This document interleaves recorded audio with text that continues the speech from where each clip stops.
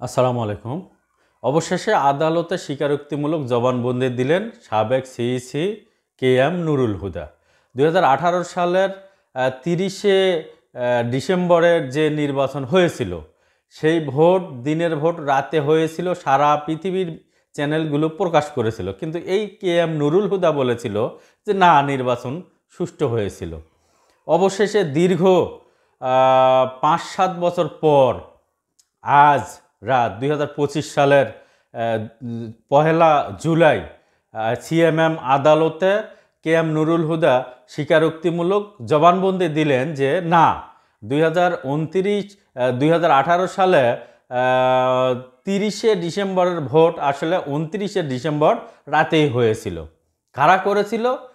প্রশাসনের লোকেরা করেছিল। এবং নির্বাচনের যারা দায়িত্বে ছিল সেসব ব্যক্তিরা 29 ডিসেম্বর রাতেই ব্যালট বাক্স অর্ধেকের বেশি ভরে রেখেছিল। এবং পরের দিন 30শে ডিসেম্বর 2018 সালে আওয়ামী লীগ, যুবলীগ, ছাত্রলীগ, স্বেচ্ছাসেবক লীগ অর্থাৎ আওয়ামী লীগের যত সহযোগী সংগঠন আছে সবাই মিলে বাকিটুকু ব্যালট নৌকায় সিল মেরে ভর্তি করে দিয়েছিল। এবং বিএনপি এবং ঐক্যফ্রন্ট এবং যত বিরোধী দল ছিল আওয়ামী লীগ ছাড়া সবাইকে ভোট কেন্দ্রে প্রবেশ করতে দেয়নি, ভোট কেন্দ্রে প্রবেশ করতে বাধা দিয়েছিল। এই কথাগুলো স্বীকার করে নিয়েছে কে এম নুরুল হুদা, সাবেক সিইসি, সাবেক নির্বাচন কমিশনার। 2018 সালের নির্বাচনে উনি দায়িত্ব ছিল। এখন কথা হচ্ছে, এই যে সারা বাংলাদেশে প্রশাসনকে নির্দেশ দিয়ে এই যে রাতে যে ব্যালট ভরালো, এটা কি সিইসি নুরুল হুদা ফিরি করে দিয়েছে?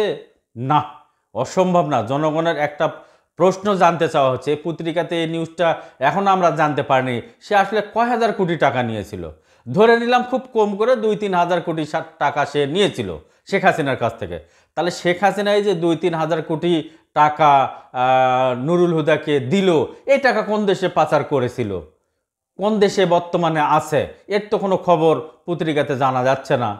কারণ হচ্ছে, ফিরি একটা লোক এত বড় তো রিস্ক নেবে না। সারা বাংলাদেশের প্রশাসনকে সে নির্দেশ দিয়েছিল যে আগের রাতে 30শে ডিসেম্বরের ভোট 29 তারিখে যেন ব্যালট বাক্সে ভর্তি করা হয়। তার নির্দেশেই পরের দিন বিরোধী দলের কোনো নেতাকর্মীকে ভোট কেন্দ্রে প্রবেশ করতে দেওয়া হয়নি। এবং সে তার প্রধান নির্বাচন কমিশনার এবং সহযোগিতা নিয়ে সে খুব জোরের সাথে শেখ হাসিনাকে আবার বিজয়ী ঘোষণা করেছিল। এই যে কাজটা যে সে করেছিল, এর ফলে দীর্ঘ 5টি বছর আওয়ামী হানাদার বাহিনী সাধারণ জনগণের উপরে স্টিম রোলার চালিয়েছিল। 2018 সাল থেকে 2024 সাল পর্যন্ত এই যে 5টি বছর, এই 5-6 বছরে সাধারণ জনগণের কতগুলো জীবন আওয়ামী হানাদার বাহিনী শেষ করে দিয়েছে।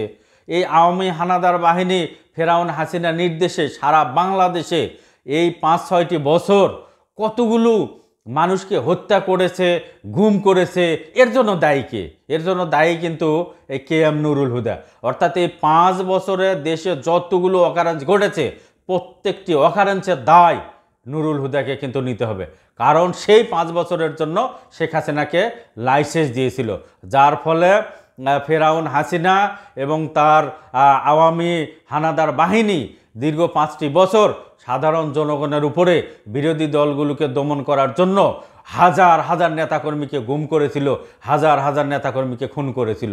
কারণ তারা জানতো, যেহেতু জনগণ তাদেরকে ভোট দেয়নি, এই বিরোধী দলগুলো থাকলে কোনো একদিন হয়তো শেখ হাসিনাকে পালিয়ে যেতে হবে। এবং তাদের আশঙ্কায় সেটা বাস্তবায়িত হলো। 2024 সালের 5 আগস্ট শেখ হাসিনা সদল বলে, ফেরাউন যেমন সদল বলে নীল নদে ডুবে ফেরাউন ধ্বংস হয়েছিল, ঠিক ফেরাউন হাসিনাও তেমনি সদল বলে এ দেশ থেকে বিতাড়িত হয়ে গেল। এখন কথা হচ্ছে, বিতাড়িত হওয়ার আগে সে দম্ভ সহকারে বলেছিল শেখ হাসিনা পালায় না, এবং 41 সাল পর্যন্ত সে ক্ষমতায় থাকবে। 41 সাল পর্যন্ত সে আল্লাহর কাছ থেকে হায়াত বেঁধে নিয়ে এসেছে।